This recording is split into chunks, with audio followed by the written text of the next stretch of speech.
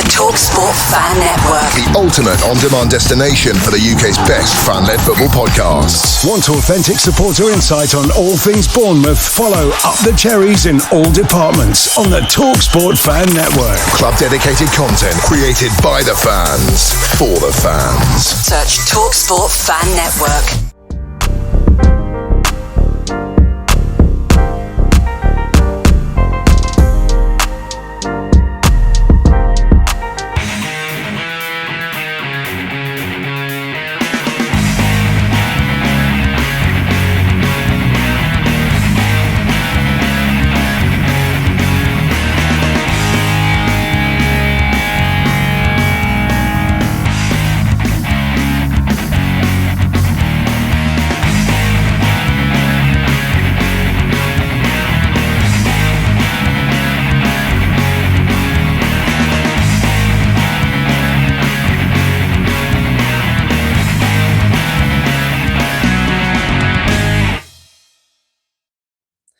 Hello, Cherries fans, and welcome back to Up the Cherries, and welcome back to Cherry Picking. Of course, this is our episode 101. As I'm sure some of you would have seen our 100th episode, special edition, a few weeks back, where we looked at the all-time Cherries Premier League side that was voted by our Facebook viewers.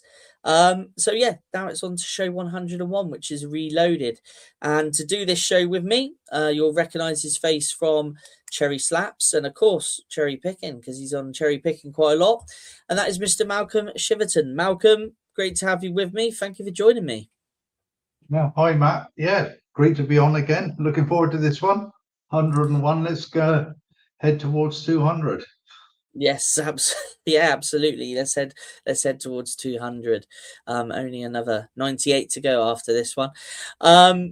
Cool. So let's start where we normally start. Now, we haven't done it for a little while, since before our Christmas special, but let's start with Guess the Cherry, where we always tend to start. So these are the clues for this week's. For guess on the era, always take a look at the shirt. That may also give you a clue as well.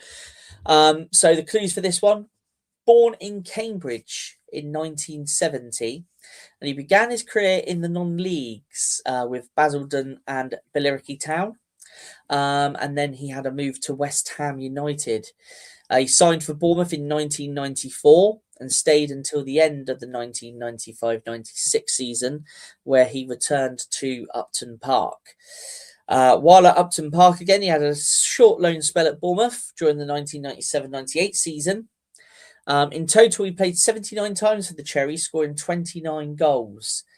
And he also, as an extra little clue, he played in the famous Charlton-Sunderland playoff final for the Addicts in 1999. So if you remember your playoff finals, there was a very famous one back then, and this man played a part in it. So Malcolm, always ask you, normally get the answer, I haven't got a clue.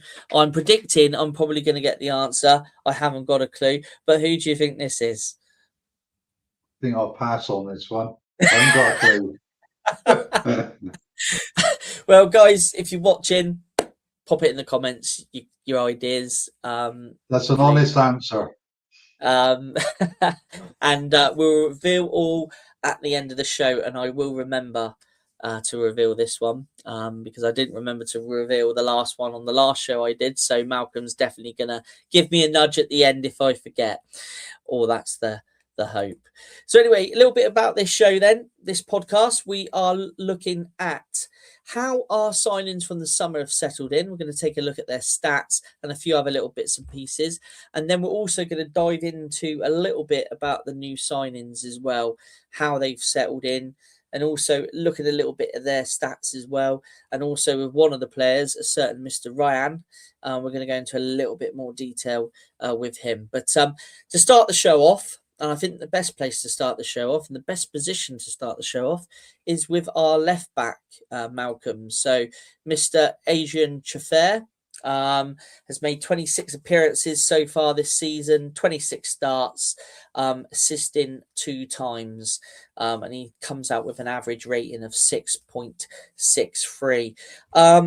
Malcolm, this guy's really become one of the first names on the team sheet, hasn't he?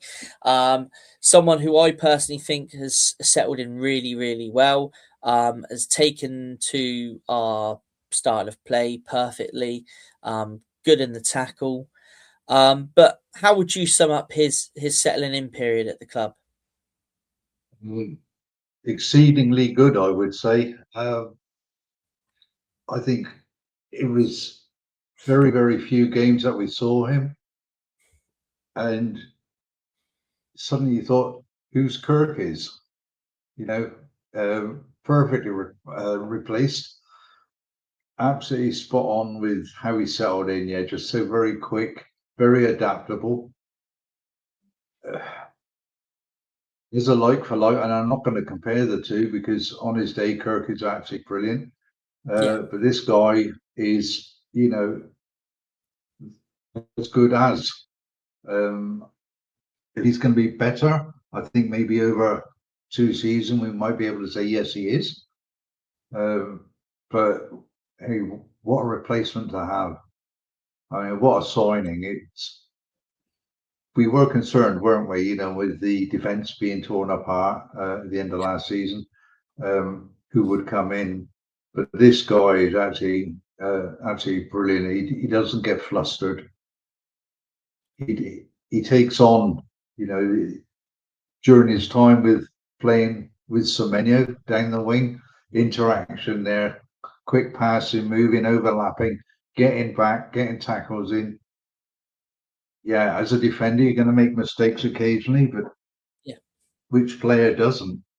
But absolutely spot on, perfectly replacement for Kyrgyz, in my opinion, top player, top player. And you hit the nail on the head. His name is on the team sheet, probably one of the first names anyway. Very, yeah, very dependable. yeah, absolutely. Just let's touch on a stat, an interesting stat which we looked at as well before we started the show, which is this one here, which came out this week, and his overlapping runs. Now he's done twice as many overlapping runs than any other Premier League player, so 58 overlapping runs. And in possession runs, he's made 532. Those are really, really impressive stats. Now, there's one thing I'm going to throw at you, Malcolm, just maybe as a bit of a criticism, if we can find a criticism with this player, because it's very, very difficult too. But the only one Yeah, I would say is I would possibly expect, with the way fullbacks play in this day and age, with the amount of overlapping runs he has made, would you not maybe have expected a couple of more assists from him? That's the only thing I can find. yeah, Critical. okay. It's a good point, and it's strange because we had a bit of a debate this week about him being one-footed, Oh, and okay. obviously um, the game against Everton, he actually put in a cross, didn't he, for Ryan with his Beautiful. right foot, and there was actually, I think it must have been on the official channel that he mentioned, he can do it, and he knows he doesn't do it often enough, but after the assist, perhaps he should start doing it more often. So yeah, really crazy. And I mean, he does like to have a pop at goal as well. So, Yeah, it's not just assist. It'd be lovely to see him on the score sheet as well. Yeah. yeah, yeah. No, I think that's And a fair point. Yeah, I sorry. think there was one other thing I did see on the channel. I think it was a training session. Must have been quite early on when he joined us, Oh, and okay. they had to do like a run, which they do as part of their, I suppose, warm up or whatever. I don't know. And they were asking the players who's going to be the fastest, and everybody said Cookie. Lewis Cook would be the fastest, and this guy pasted them all. So, Really? yeah, yeah. So So you'd you'd think have to Semenyo go would back to, be the fastest, wouldn't you? Do you know what I mean? You'd have thought Semenyo would have yeah, been the but fastest. Semenyo never liked running, did he? He hated it. He hated running in training. Oh right, yeah. Of course, this is a trading situation, isn't it? Yeah. Yeah. Yes. With So, you. but no, great signing. Really impressive. Yeah, and one that I think, and I'm sure every Bournemouth fan thinks is only going to get better and better. But yeah, just an interesting little stat there, just to end up with regards to Adrian, that the whole 58 overlapping runs. Just thought would be a nice one to chuck in there. But oh, there he goes. He's done it again. He always does that. I always do that for some strange reason. Um, there we go. That was what I was meant to do. But yeah, so that's Adrian Chauffeur. Do let us know your thoughts in the comments on how he settled in. Do you agree? Should he maybe have a couple of assists on, a couple of more assists on the board than what he's got? And like Malcolm says, maybe he possibly should even have a goal by now. But yeah, either way, great player, performing well, and is only going to get better. Let's move on to our next one, obviously, that signed in the summer. Let's see how he's been getting on, and that's the man between the sticks, Georgi Petrovic. So, yeah, started every game, played every minute of every game this season, with 6 clean sheets and with an average score rating of about 6.79. Malcolm, he's coming for some criticism at times this season. Well, personally, I think some of the criticism has been justified. Some of it isn't. Has pulled out some blinding saves, but seems to have a bit of a mistake in him at times. Give us your lowdown on how you think he settled into the squad and his performances. Well, first of all, he came in, had to follow Kappa, didn't he? And we weren't really sure, it's only hearsay from what the Chelsea fans said. Well, you got a brilliant keeper there, why couldn't we keep him? Yeah. But, I mean, he started off okay, to be honest with you. People always look at certain games and say, well, he didn't have a particularly good moment there, or I wasn't over worried or concerned. He is a proven keeper. What other choices did we have? Sorry, but yes, he has had his moments, but every keeper will have their moments. Even Martinez at Villa will have his moments, and he's a World Cup winner. So I think the important thing to remember is a keeper, he has to get over it straight away. All right, if he makes a mistake, he must get over it straight away because the game continues and he can't dwell on it. So it can be a tough position to play psychologically, but fans tend not to forget, and they'll carry this bashing mode, call it what you like, and just keep on saying, "Oh, we need another keeper." Why? But having said that, performance levels have been, in the main, very good. I wouldn't say world class, but very good. At times, he has made a couple of worldies, and to be honest with you, and he has saved us some points.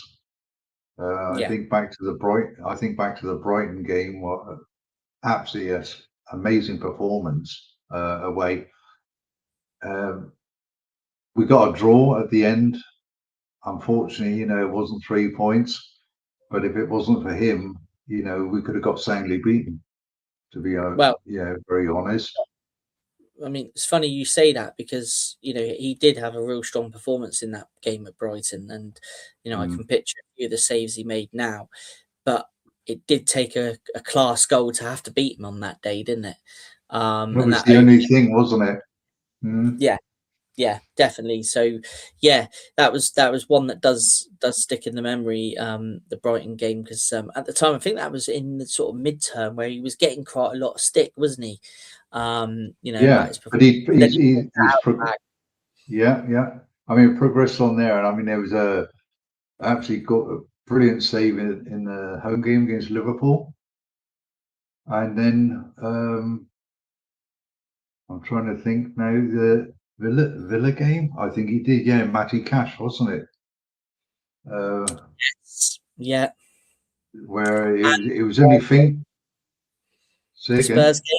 Do you remember the Spurs Yeah, game where he had to reach yeah. right for the top corner and pluck that Oh, ball out? crikey, yeah, Yeah, yeah. there's been some now that you and yeah, the Matty Cash one was an impressive one as well. So people do tend to forget all these. It's quite easy to think the negative. People talk about his distribution. Yes, he has days where it doesn't work out, and he puts his hand up straight away and says sorry. The game moves on, and you can't dwell on it. But he's very, very quick at getting things moving. You can see maybe a run, just an example from Evan Nielsen or whoever else is up front there. They're making a run to the channel and he'll try and put the ball through. Or even with just throwing it out, whether it's left or right, it doesn't matter. You can see straight away, come on, we got opportunities down the flanks. And he'll get things moving quite quickly, as opposed to maybe just roll it out to Senesi, who will stand on it and wait and look for a pass. So, yeah. And he's improved with coming for crosses now and catching, which, at the start, he was more punching, Yeah. The early part of his tenure at the club. Corner would come in or a cross and he would go and punch it away with the safest option. And people say, well, why didn't you catch it? Sort of thing. There have been occasions where he could have caught and hasn't. But okay, that's part of the process, I guess, being a keeper. But I feel comfortable with him in goal. I really do. And obviously, with the way the defence is playing of late, things seem to have calmed down a little bit, settled, and yeah, I think the average rating's okay. So 6.8 roughly. So yeah, fair play to him. Like I said, good to very good. Certainly not world class, but time will tell. Yeah, time will tell. And obviously, in the January window, we were lucky enough to sign another goalkeeper, which was this guy, Mandas, as it's said to be pronounced. Yes. This guy here, Malcolm. Now, for me, I think, in fairness to Petrovic, and I think it's very easy, I've said it before, very easy for a goalkeeper to become complacent if you've got no one really behind you challenging. Yeah, I think this guy's going to be hot on his tail because, this guy is said to be, well, he is a Greek international, full international. He's said to have probably the second longest, one of the longest kicks in the league. And is a very good shot stopper. Now, do you think this guy's going to sort of, in some respects, help Petrovic? Because that's how I see it. But at the same time, I personally wouldn't be surprised if we see this man in between the sticks before the end of the season. How do you see it? Were you reading my mind? Oh, really? that was going to be my line. I think we will see him between the sticks before the end of the season. Yes, I think bringing him in was a brilliant move to have competition there for Petro, and I think Petro has reacted to it. In fairness, but I'd love to see this guy in goal just to see what he's about. Yeah, he's credentials are good. Why not? I'm sure Andoni will put him in definitely before the season's out. I mean, if we had cup games, obviously he would be in. Yeah, without question of a doubt. But unfortunately we've got no more. So hypothetical, really. Yeah. I mean, I see it from the point of view, and this is no disrespect to Will Dennis, who's actually now gone out on loan, hasn't he, to Orient. I know we've brought in Fraser Forster, but that for me is, was a short-term signing that kind of had to be made because of obviously the injury to Will Dennis at the time, but also that is also a good signing. I think that could be a secret sort of not a secret, but a little bit of a master stroke for Petrovic as well, to bring in someone with that experience, because the the goalkeeping unit is a different unit to the rest of the team. They're more, even though they're all after that same spot, they're more together. And I think when you get someone like Fraser Forster into that kind of circle, a bit like what Scott Carson was doing at Man City, Pep, spoke really highly of his time at City, even though he was third choice for about 4 years or whatever it was. And I think he played 90 minutes the whole time he was there or something ridiculous like that. But, it was the importance of him on the training ground and in the dressing room. And I think that's the kind of role that Forster's going to play while he's at the club for this short period of time. Whereas this guy, I really do think is going to be on Petrovic's toes. And, it is a case of like, you slip up, mate, and I'm straight in there. So I think this is good in both ways. Good for us because, we've got a good, strong number 2. Good for Petrovic because it's gonna, I think, improve him and get him back to kind of probably what the Chelsea fans were used to seeing each week. So I think this really for me is kind of a win-win. So yeah, that's my kind of thoughts on it. It's been interesting to hear you say that you think he's gonna be in goal before the end of the season. I thought you may have said that they'll stick with Petrovic, but yeah, I honestly do think we'll see this guy in goal before the end of the season. But yeah, again, guys, in the comments, let us know your thoughts on that one on Petrovic. Have you made comments about his performances, his form, or do you feel that someone like Mandas coming in is going to improve the player? It will be interesting to hear your thoughts, so do drop them in the comments. Let's move on to another signing from the summer. Disappointing one, not disappointing one because of the signing and because of who he is.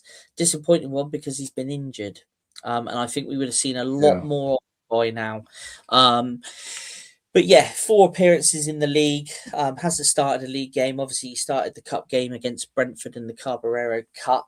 But he has 1 assist to his name this season. Should be due back sort of mid-March to late March, I believe, just in time for the end of the season.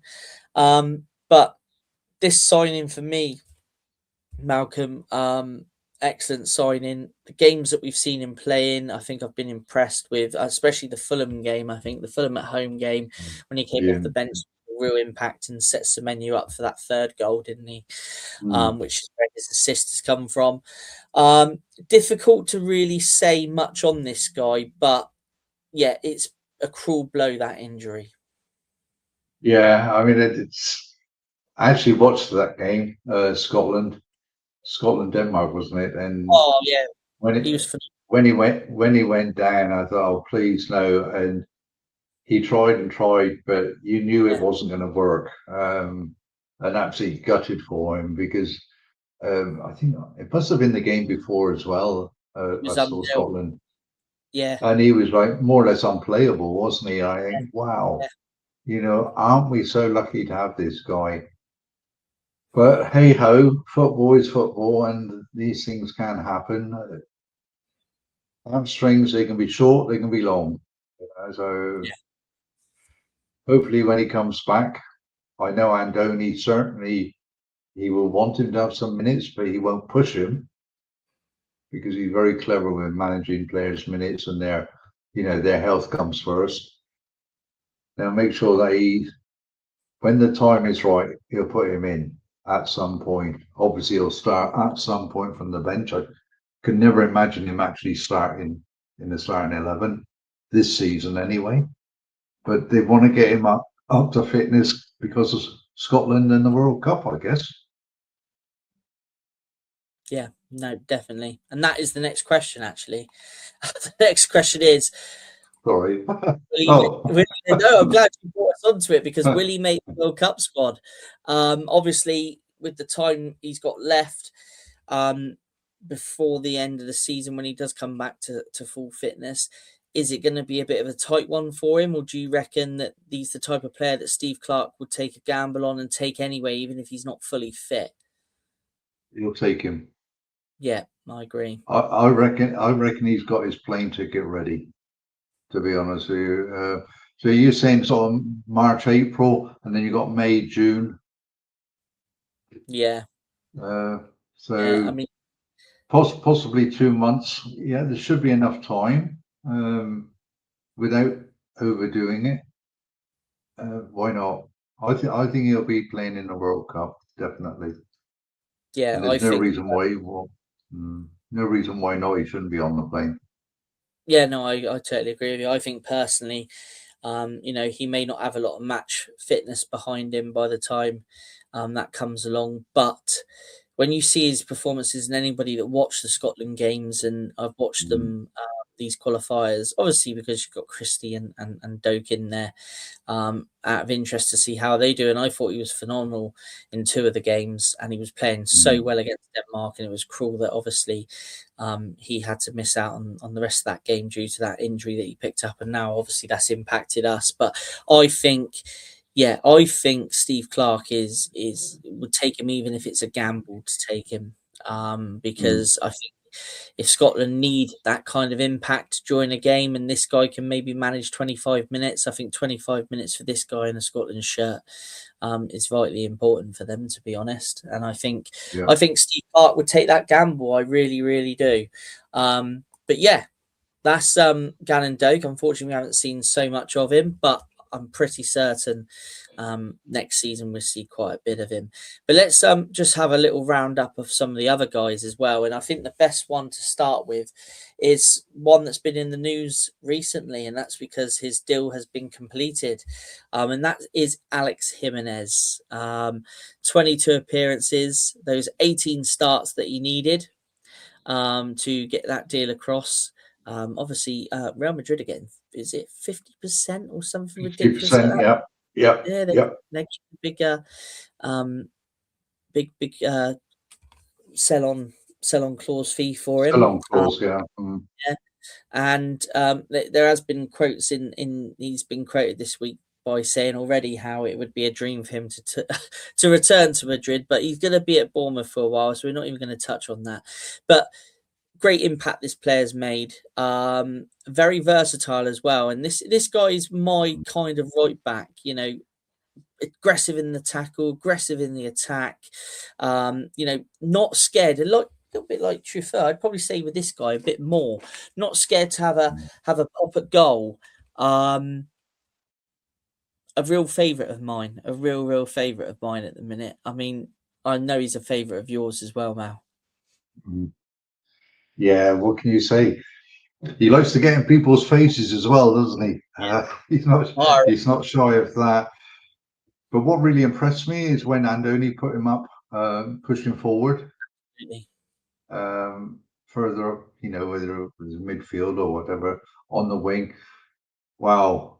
I mean, I'm totally impressed with his pace and the ability to go past players, take them on. I mean, he is a terrier in a tackle, and he's certainly not shy. But his all-round ability, oh, superb. And who cannot forget? And it's something that nobody could actually see coming. I mean, obviously we were recording this on a Thursday, but on the Tuesday game, he actually put that block in when Barry had that shot in the second half Oh, against Everton. yeah. I mean, it was just so, you can't describe it, but the vision to actually get in that position at that exact moment and put the block in was absolutely phenomenal. But that is just one aspect of his game. He's not scared of carrying the ball. He'll carry it. He doesn't necessarily have to be up on the wing outside. He can actually carry it through the center of the park. He's got a really good vision for passing and his link up play. It must have been against Liverpool. Through his link up play, we got the first two goals, playing out wide to come on, whoever crossed it in. Sorry, was it Tav or Scotty Um, or yeah, trying to remember now, Mal. But yeah, I know yeah? them. But especially with the first guy, I thought because he carried the ball, didn't he, from inside his own half, and he carried it on through, and then Mm, when defenders stand off or back off, he's got the vision. He could have gone left or right, but he saw the best option and just sprayed the ball out wide, and in came the cross, and boom, 1-0 from Evan Nielsen. So, or was it 2-0? It must have been the second goal, I think. Yeah, but his vision, absolutely brilliant. And I'm always excited to see him play. I don't even get nervous now when teams attack us, especially down his side. And to be honest with you, even on the left side with Trafford there, I don't get nervous at all now watching them. Before I used to be a bit edgy, but they've all seemed to find their way to play together as a unit. And this guy, absolutely so happy that he actually got the 18 starts and signed the contract. Bring it on, bring it on. Yeah, 5.5 year deal. He signed, isn't he? So Yeah. Brilliant for us. And also Smithy as well has signed, isn't he? So yes, we've another year. Yeah, what a legend.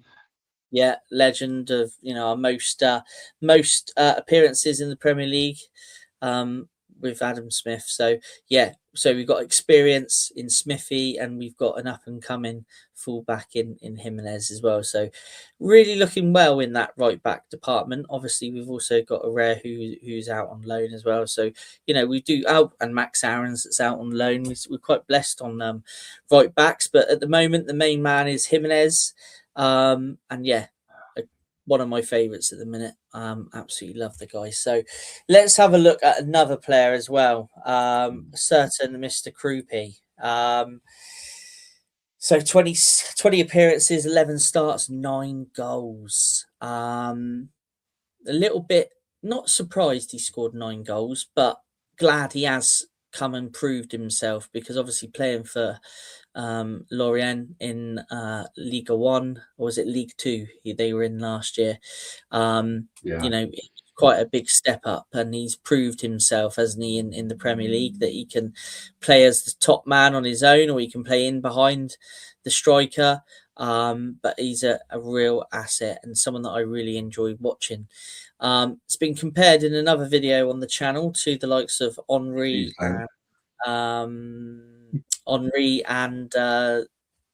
Mbappe. I think this player is going to be an elite player, Malcolm. I think personally, and I've said it before, I think I said it on Slaps with you and Ollie a few weeks back, I honestly believe he's got an outside bet on making that World Cup squad for France. I really do. But I think for me, it kind of reminds me probably more in that sort of Jermaine Defoe kind of shape, rather than maybe the other two. But I think everybody sees something different. When we watch players, we all see different. And I think I personally think he's definitely going to get to that Henry Mbappe level at some point. Yeah, I mean, obviously, still very young, but he is a natural goal scorer. Simple. He is a natural goal scorer. Some games it won't happen, as always is with strikers, but other games, wow. But it's not just scoring goals what he's about. I really enjoyed watching him play this season.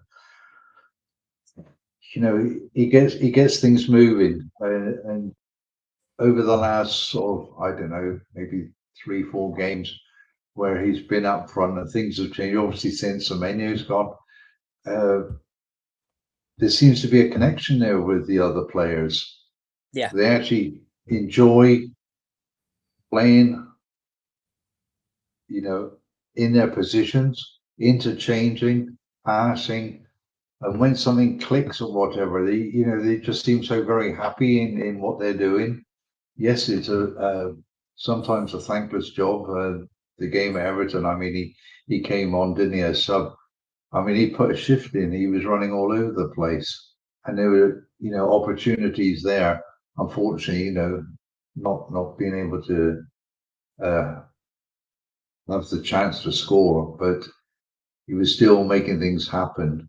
He was available, and even Andoni was saying, "Look, just keep going, and that's why he brings you. It's not just he's putting the ball in the net. It's his willingness to, put himself around the pitch, even if it's interchanging, swapping wings, being in the middle, leading the line, and obviously coming back as well to help out defensively. But the link-up play that he's now producing is good on the eye as well. You can see what he's about, and he's just going to improve game by game.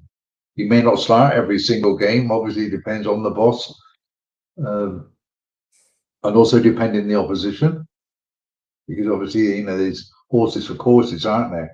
I think if you're playing against a low block team, would he start? I'm not quite so sure. But if it seems a bit more open, plays a bit more open, then yeah, probably would do. But I can just see him going on and on and on, and I think we've got a real gem here. I mean, as you well know, it's no secret. I was excited about him before the season started, and couldn't wait to see him here. And he's everything that expect him to be, and certainly looking forward to seeing his progression there. Obviously, hoping he can cement a place in the starting 11 week by week. That would be nice. It's going to be a hard ask, because we got, wow, what a squad we got when we're looking at it now, and he can only benefit from being within that squad of players. The experienced players, and I'm sure Evan Nielsen, will obviously, the experience that he's got can only help him along as well. So great, yeah, positive times. Sorry. Absolutely. That's right. No, that's fine. Yeah, no, totally agree with you. And yeah, let's watch this space. Let's see if I'm right, and I think he can squeeze into that World Cup squad. Let's see. You could well be on the money there, mate.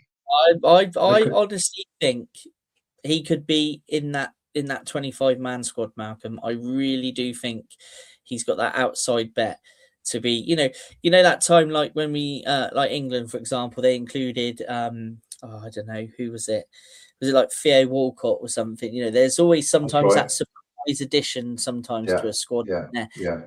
This guy here could be the surprise addition to France's World Cup squad. Let's see if I'm right in a few months' time. Let's see if anything can happen. It's possible that one of the other players might get injured before the end of the season. Exactly. Let's see if I'm right. I just got that feeling. We'll make a note of this. Yes, let's make a note of this. But yeah, guys, again, drop your thoughts in the comments. I'm sure they're all very, very positive about Mr. Krupi. But let's move on to a centre back, and let's discuss how he's settled in at Dean Court, or Vitality Stadium, if you want to call it that. And that is Bafode Diakite. 18 appearances, 15 starts this season. Malcolm, come in a day or two before the Liverpool game, when he maybe a few days, maybe 4 days before that, trained with the squad a couple of times. Next thing you know, he's starting at Anfield. And I always go back to that game because I thought he was class in that game, to be honest. He'd come in alongside Senesi. And at that start of the season, they looked like, when we went on that good run, they looked like they were going to be the pairing for the season. Then seemed to, from the Palace game, the Palace away game, performance wasn't very good.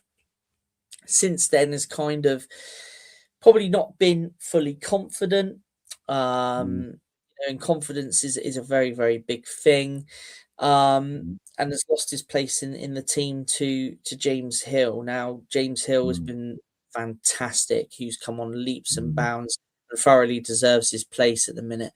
But do you see a way back for Diakite? I mean, I'll give you my views very briefly after you've given yours, but what's your point? Well, first of all, his baptism was unbelievable, wasn't it? I think he had only 1 day training with the team. Was it 1 day? Yeah, and then straight in at Anfield.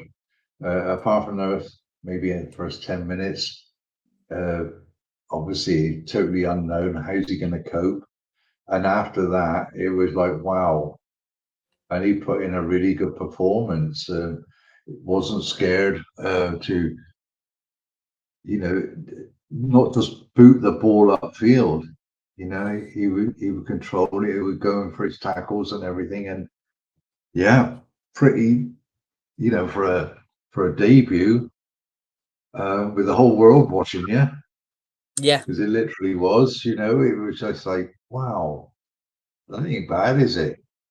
And he kicked on, had some really decent performances, and as you say, things sort of, was it confidence? I don't know. You could be right, because when a player does, let's just say, not play to the standard that he maybe wants to, for whatever reason, there can be many reasons. Maybe making poor decisions with his marking, with his passing, or whatever. I think it was a good thing that Andoni took him out of the firing line, because it was becoming a little bit obvious yeah, that his performance levels had dropped, and that's not being disrespectful. Disrespectful. I think he's actually protecting the player. Now he has come back on. He's had minutes here and there as late subs or whatever, and he hasn't shied away from it. So I'm pretty sure that this is helping. He's part of the process. He's still young enough, and obviously training every day with the squad, being on the bench, seeing how things are moving. He has to be there as a centre back, and Andoni will put him in if need be. And I think we will see him back to as he used, or when he first started, if you like. Perhaps even being even better. But I think it was a very smart move, bringing him out of the firing line, and just giving the lad the confidence to go about getting back to where he was. Give him time. There's no rush. And I mean, we were very, very fortunate, as you said, to have James Hill come in as a replacement and to perform at such a brilliant level. I can't see Diakite replacing him this season, to be yeah, honest with you. If James Hill continues, the level of performances that he's been putting in over the last 2-3 weeks, it's going to be very, very difficult to shift him. He's cemented that place. He's made it his own. And now it's up to Diakite to then say, right, I see where you're at. I'm watching what you're doing, and I'm going to try and get your place. Which is great, is his competition within the squad. So why not? He will come back, definitely. But it's a shame, really, because of the start was so good, and then just to see it sort of slowly drop off was a bit disappointing. But then, it is football. It happens for players. It doesn't matter what position. But he's a well-liked lad around the club, yeah. and he's always got a smile on his face. So it's great to see, and thanks, Bafodi, for coming over and letting me take a picture of you. So I was quite happy with that. Oh yes, of course. Yeah, at the Yeah, Forest game. Yeah, that was rather yeah, cool. yeah. But I yeah, good mean, luck to the lad. yeah, and I agree with your points there. I mean, I think for my personal take on it, we spoke about the Liverpool game, and I think there was a game before we played Newcastle where the game before Milo Savic come in to the back line alongside Senesi, and I thought that he was going to keep him in there Mm-hmm. against Newcastle for the height with Voltamida. Is that his name? Yeah, Yeah, yeah, that's right. but Yeah, he didn't. Voldemort. He put he didn't know. He put Diakite back in, and he Mm, marked him so well during that game. mm, There's a good player here, and I think you're right. I don't think he's going to dislodge Hill before the end of the season. But mm. people that may have, criticised him, all I would say is let's judge him at the end of next season. Yeah. Let's let him have this season. He's now a backup for Hill effectively. Mm, Let's let him have another pre-season. Let's I think it's too early to judge him. He's come from mm, again 1 in France. There's a good player there. You wouldn't see the performances like you did against Liverpool, Newcastle, other games that we could mention this season where he's performed really strong if there wasn't a good player there. So, yeah, I'm with you on this one. Let's let him, get his head down, work hard on the training pitch, and I'm sure he'll get his rewards eventually in a Cherry shirt. I really do.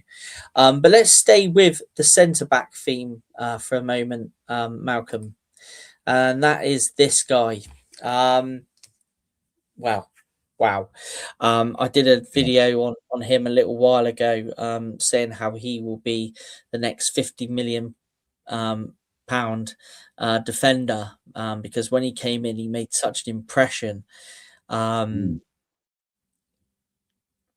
He's everything you want a centre back to be. He's tall, he's strong, physical. Okay, not many appearances he's made this season, but his tackle success rate is 80%, which I think for a defender of his age is fantastic. This is another player, and this is obviously how good this club is at bringing in young talent who they can develop. If they sell on, they sell on. Whatever happens. But this guy is another player that you can say he's got a really bright future ahead of him.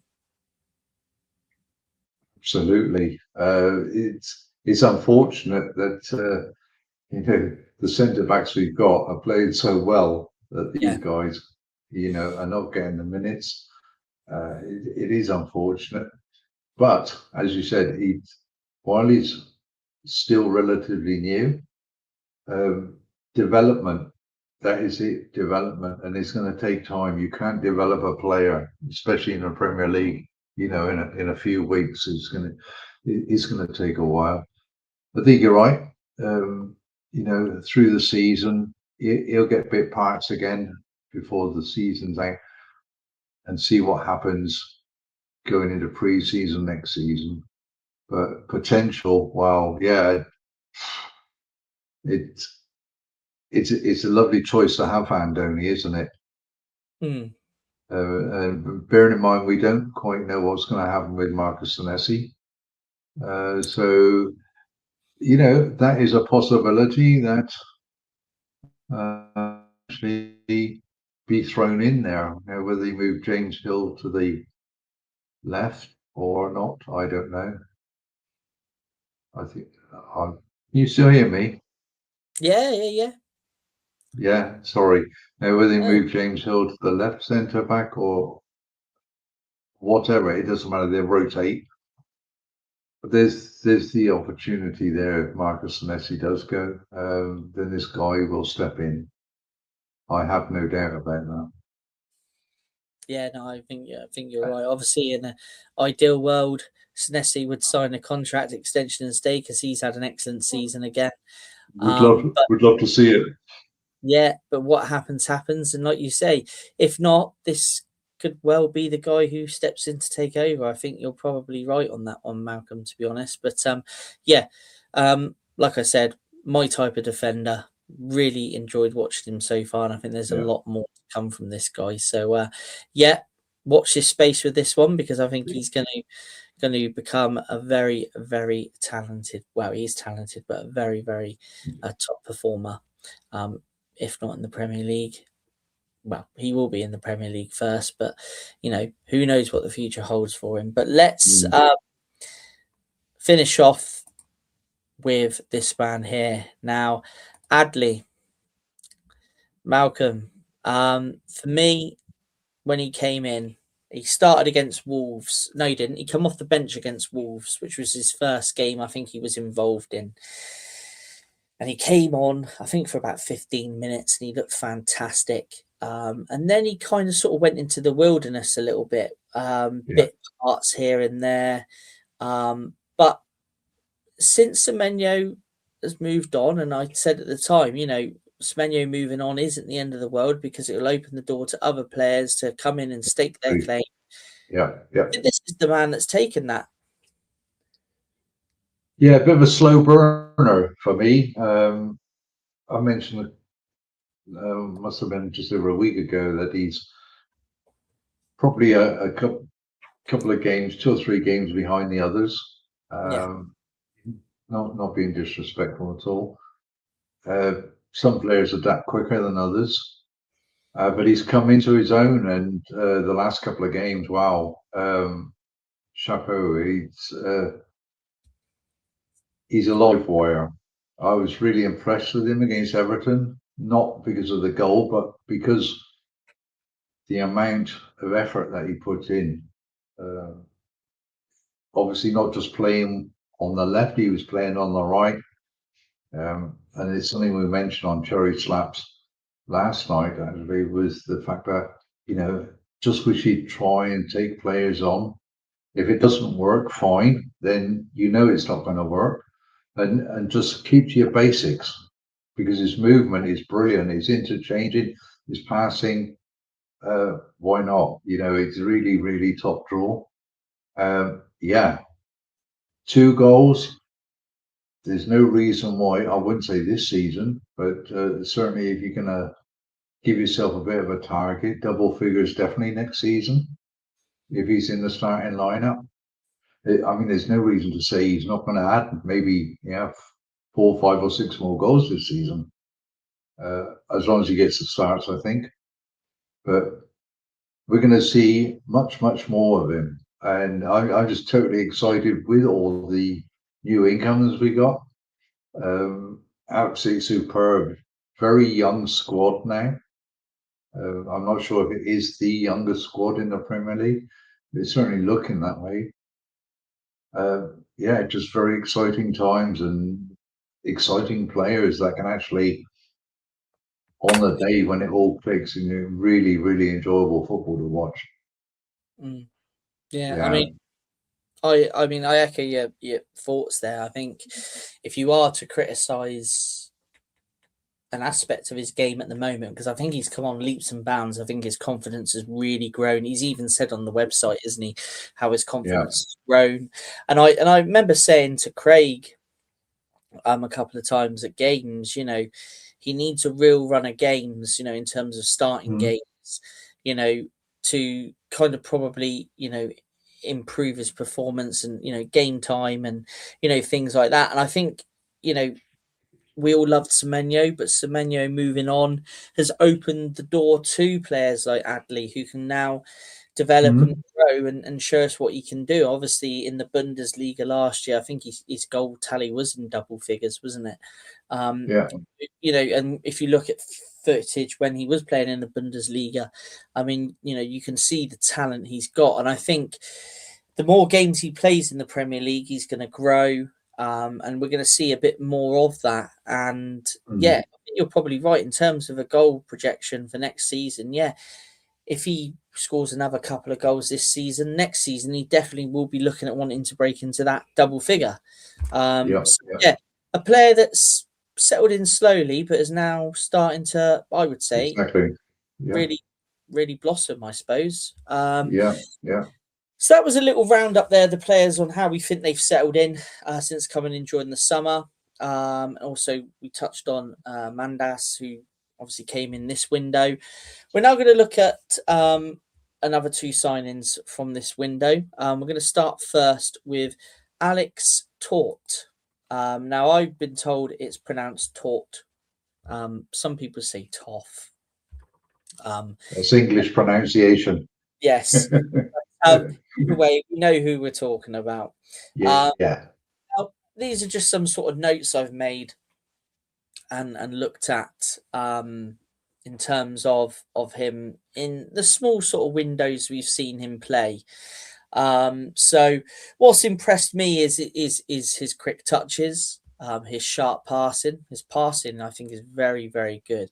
I think he's got to work a little bit more on his long passing range, but in terms of his short passing and his passing on the ground, his passing is very sharp, and he's always constantly scanning as well. He's always watching, and he's always kind of predicting the game. I think he's a very good reader of the game.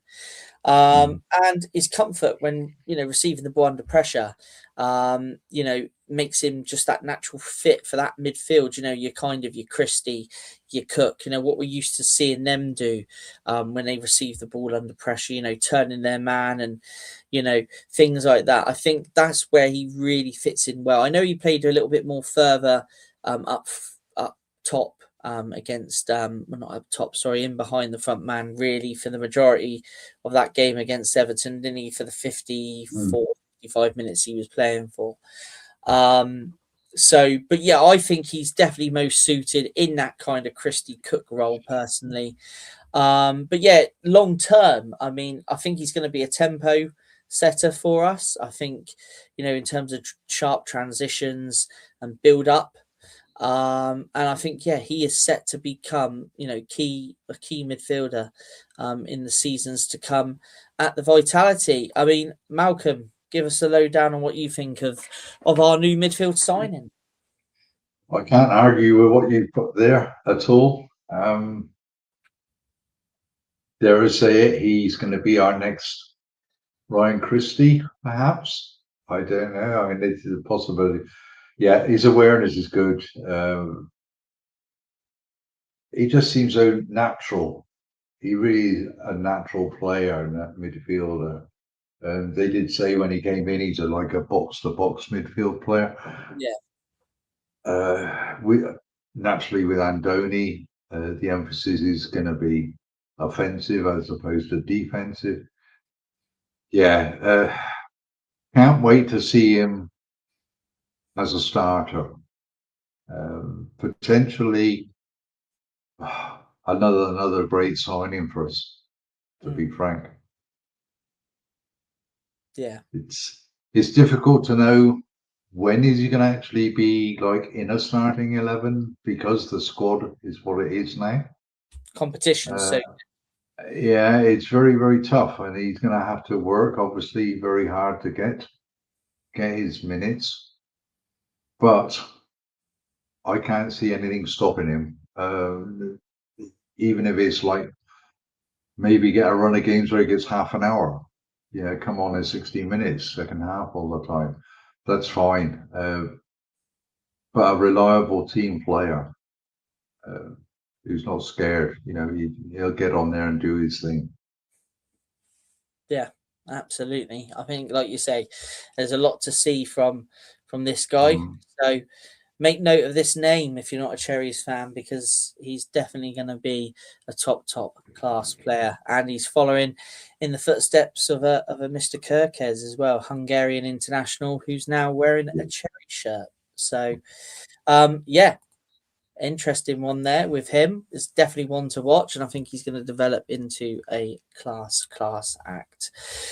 Talking of class acts, we better follow up on our last person who came in the window, our Brazilian Wonder Kid, of course, and that is Rayan. Obviously, he's made quite an impact, hasn't he, Malcolm, in his very short time here. But let's have a quick look at his lowdown.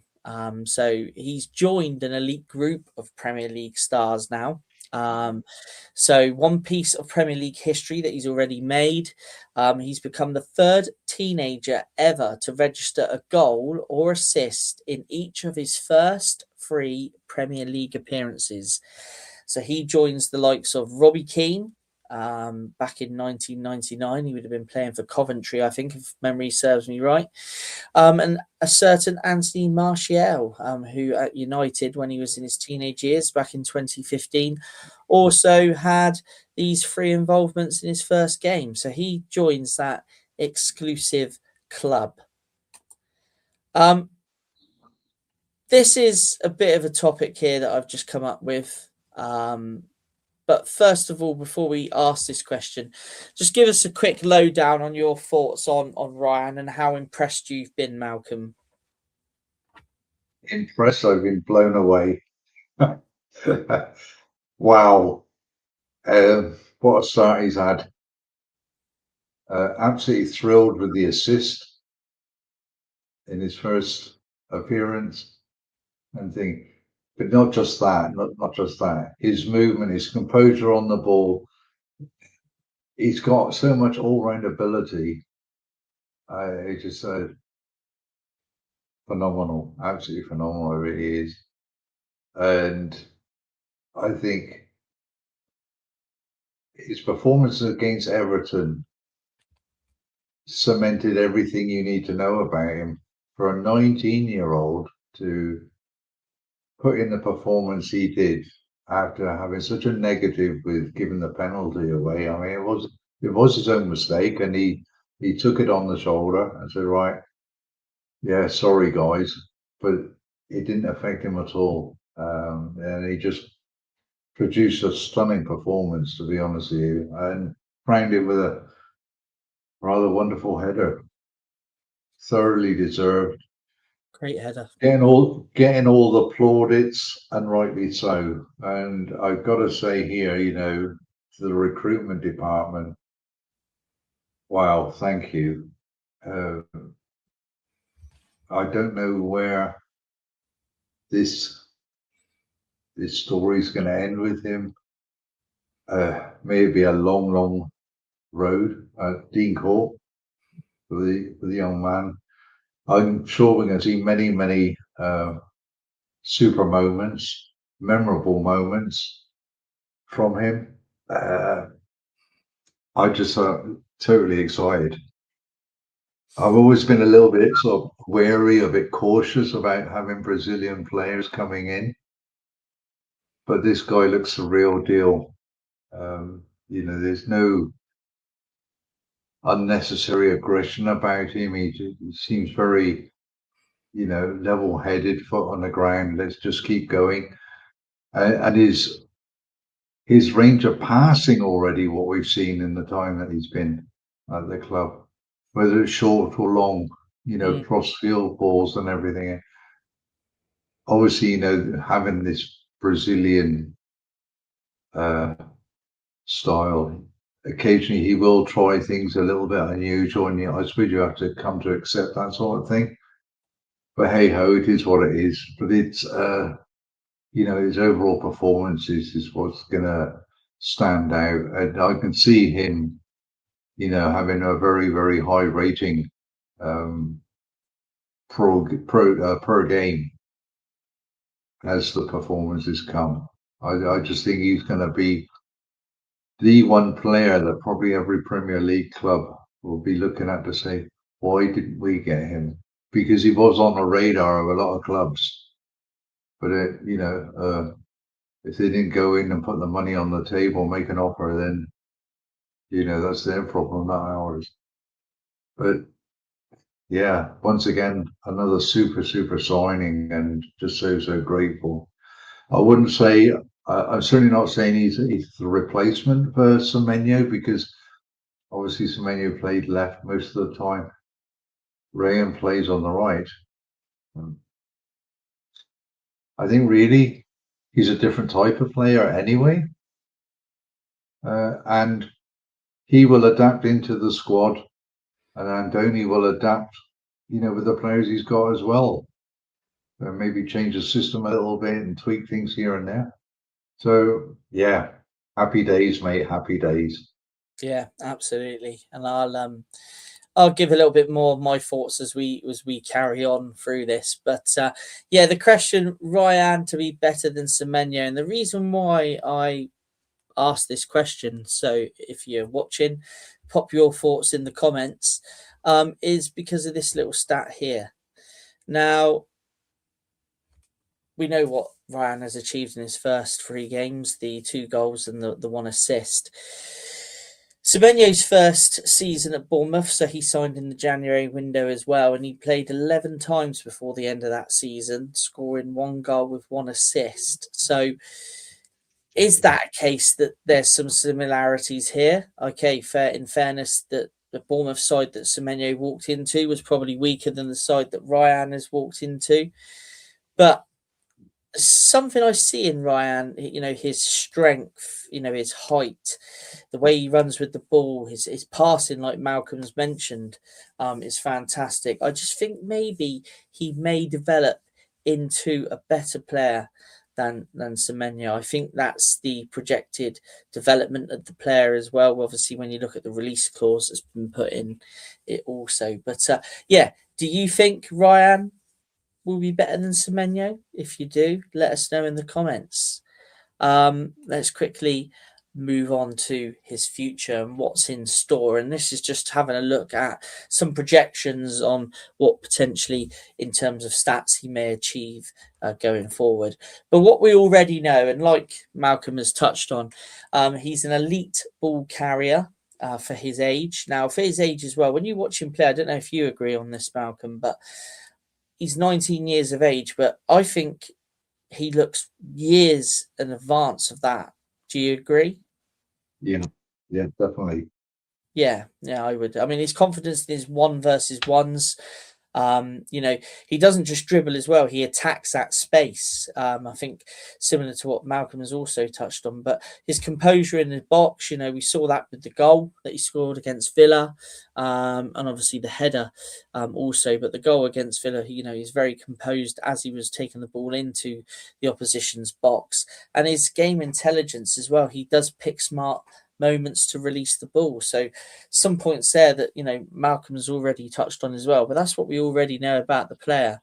But the development, the statistical development of the player in the short term for the next, say, 1 to 2 seasons is a goal range of between 5 to 8. And in terms of assists, looking at anything between 4 and 7, with goal contributions being between 10 and 15. And also that's going to be above league average for his position as well. This would assume, though, that he becomes a regular starter by the end of this season, which I think he's going to become, Malcolm. Wouldn't you agree on that? I think so. Then the reason why not, I can't see him being put on the bench to start with. He's got to be on that field. Yeah, I think any Cherries fan that has watched him would be very, very disappointed if he started as a sub. And to be honest with you, I think they'd be screaming at Andoni to come on, we want this guy. But bearing in mind, because of his and because of his age, because it's the Premier League, should we expect too much from him too soon? Or, I mean, I'll obviously take it one game at a time. I wouldn't want to put the pressure on the young lad. But he just seems so comfortable on the football field, doesn't he? He certainly does. And I mean, also, like you've highlighted, game time in terms of age as well will be managed by the player, like we've seen with Krupi. So the manager will have that in mind as well. So that's a very, very valid point, Malcolm. Very valid. So medium term, so between the ages of 21 and 23, if he was to continue on the current curve, his goal tally would go up between sort of 8 to 12 goals, and the same with his assists between 6 and 10. So his total goal involvement would then increase to between 15 and 20 a season, which I think for a winger is a very, very impressive stat if he can achieve that. So he would be among the best outside of the top 6, presuming at this point Bournemouth will be outside the top 6 still. If you're Bill Foley, you'll be edging Bournemouth towards the top 6 by the time the player's 23, I'm sure, with ambitions for the club. So, but his take-ons that he'd complete would be, in the top 10 to 15 in the league. So this would be where Bournemouth would probably get most out of him in terms of an attacker. But if you look at his peak years, so the long term, so if everything was to develop in the way it should have in terms of minutes, his coaching, his fitness, it would project as 20 plus goal involvements a season. He'd be then known as a ball carrying specialist and a player who can decide games in transition. And unfortunately, we don't want to hear it. But if we weren't to be a top 6 European side by this time, then, or even before this point, he is going to be the target of top 6 clubs or, major European sides. But we're not going to touch on that. But that's kind of how his development is going to take shape. over the next few years, or how it's predicted to take over the next few years. But I think this statement here is pretty much right, Malcolm, in terms of his development. Right club, which I think the player is, said in his interview how he was impressed with the setup and how the side plays and how he feels this is the right fit for his development. Also, the right manager, I think, is absolutely key. And I think we pay the right style to suit him in terms of how he plays now and in terms of his development. And yeah, he will be a cornerstone of Andoni Iraola's next 2 to 3 seasons, not mentioning anything else there. Thank you. Your final thoughts on this, Mal? Well, I think you hit the nail on the head. Right club, right manager, right style. Simply because obviously before he came over, they must have sold the project to him. So that at least before he came over, he knew what was going to be happening, what would be expected. And it just looks everything so simple for him. I watched a video today online. It's only 14 minutes long, 14. Why Rayan is finding Premier League easy. And so for those that like stats and everything, it's two guys talking and very, very interesting. What I should do, actually, I'll put the link up on our Facebook page so that people, if they want to have a little look, And also, feel free to do so.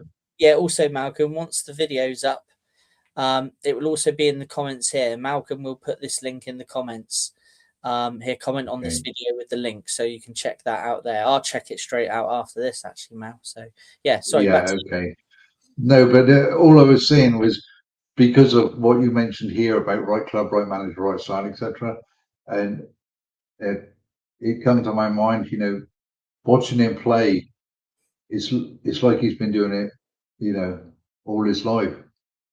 He looks so comfortable on the field. It doesn't matter where he is on the field and what he's doing, and just give him the ball, let him get on with it. He's not going to win every battle, is he? Some he's going to miss out on. He's going to have shots off target as well. For a very young lad, I mean, he's a beast, isn't he? Look at the size of him. I mean, he is. Yeah. I mean, I was saying during Saturday's game, if I was a fullback, I wouldn't want him running at me. I mean, the strength he's got is, he's so strong, and for such a young age as well. His height, I mean, look at the header he scored against Everton. He's got the height, he can head, he can out jump defenders. He's got the pace to be out on the wing. You can see why he can play right across that front line. And what a player he's going to be. But that concludes. Oh, sorry. All I was going to say is I'm sure we're going to see many, many special moments from him. Absolutely. We've seen some special moments already, and I think, like you say, Mal, there's going to be plenty more special moments we'll see from him.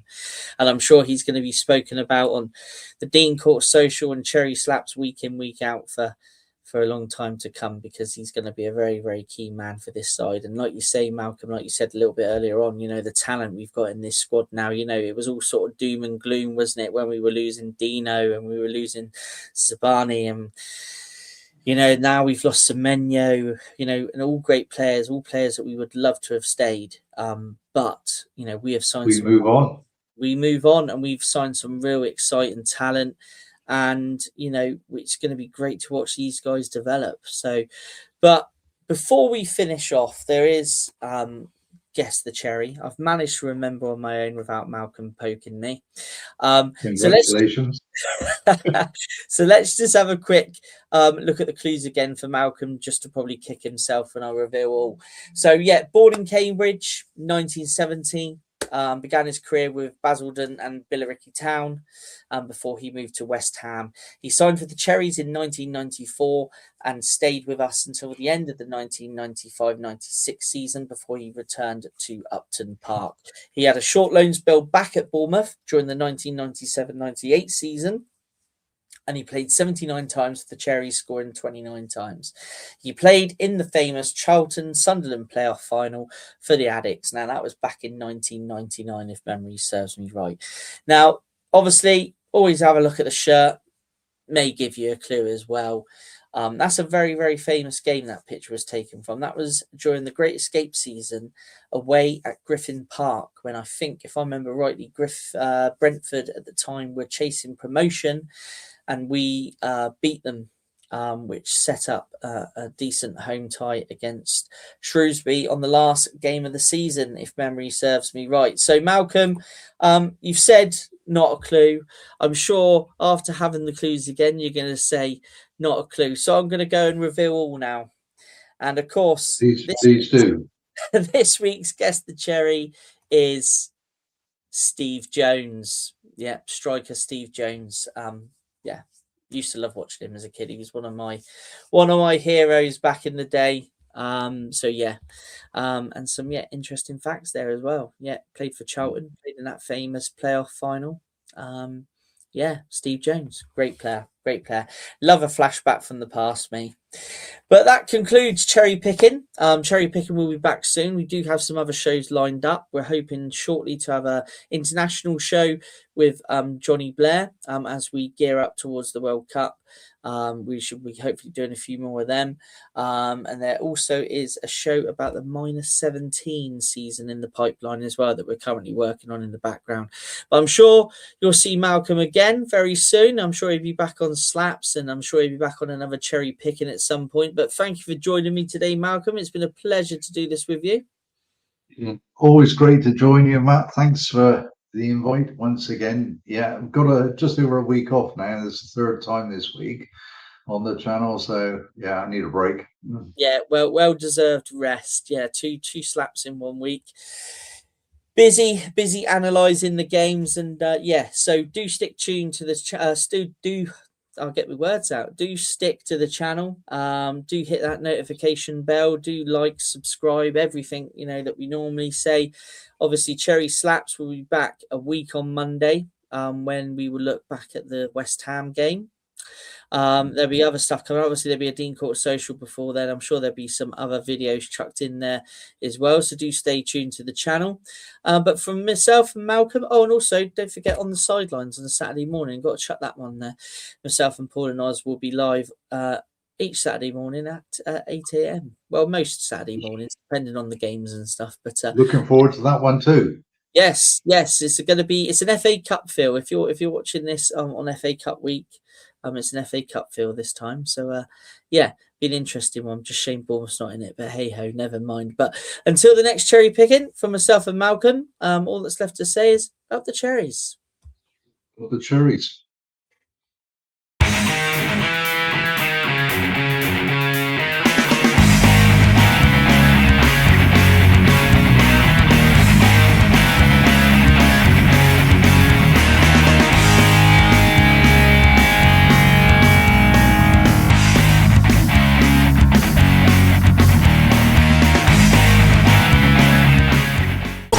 Fan Network. The ultimate on-demand destination for the UK's best fan-led football podcasts. Want authentic supporter insight on all things Bournemouth? Follow Up the Cherries in all departments on the Talksport Fan Network. Club-dedicated content created by the fans, for the fans. Search Talksport Fan Network.